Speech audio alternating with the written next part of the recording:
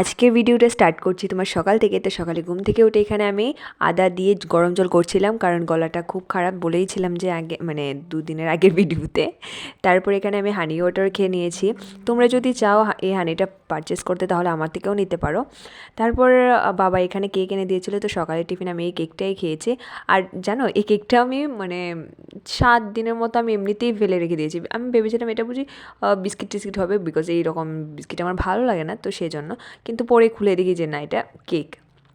Anyway তারপর খাওয়া দাওয়া কমপ্লিট করে চলে এলাম এখানে রান্না করার জন্য। আর এখানে আজকে আমি রান্না করবো ডাল বেগুন ভাজি। তো দেখো আমি কীভাবে রান্না করি, জানি তোমরা আমার থেকে ভালো রান্না করো, কিন্তু আমি কীভাবে আমার স্টাইলে রান্না করি সেটাই তোমাদের কাছে শেয়ার করবো। দেখো এখানে তেল গরম হওয়াতে আমি কীভাবে বেগুনটা ঢেলে দিয়েছি। জানি তোমরা কীভাবে মানে রান্না করো। তো এখানে বেগুন মানে তেলের মধ্যে বেগুনটা ছাড়ার পর আমি এখানে দিয়ে দেবো লবণ হলুদ, যা যা মানে দরকার। আমি শুধু লবণ হলুদ দিয়েই করি, তোমরা কীভাবে করো আমি জানি না। যদি আমার রান্নায় কোনো কিছু ইমপ্রুভ করতে হয়, জানি অনেক কিছু ইমপ্রুভ করতে হবে, তারপরে তোমরা একটু বলে দিও, কারণ ভালো করে আমি কোনো কিছু পারি না। আর যতক্ষণ না পর্যন্ত এই বেগুনগুলি মিক্সড হচ্ছে, তো ততক্ষণ পর্যন্ত এইগুলিকে নাড়তে থাকবে। আমি তোমাদেরকে এসেছি রান্না শেখানোর জন্য, মানে কী আর বলবো। তারপর তোমাদের সাথে কথা বলতে বলতে এখানে দেখো আমার রান্নাও কমপ্লিট হয়ে গেছে। তো ডালটা কেমন হয়েছে দেখতে প্লিজ কমেন্ট করে জানিও।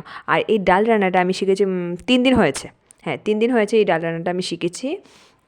আর এখানে বেগুন ভাজিও করছি, তবে হ্যাঁ আজকের বেগুনে কিন্তু আমি লবণ দিয়েছি। তো আমার ভিডিওটা আজকে কেমন লেগেছে প্লিজ কমেন্ট করে জানিও। টাটা।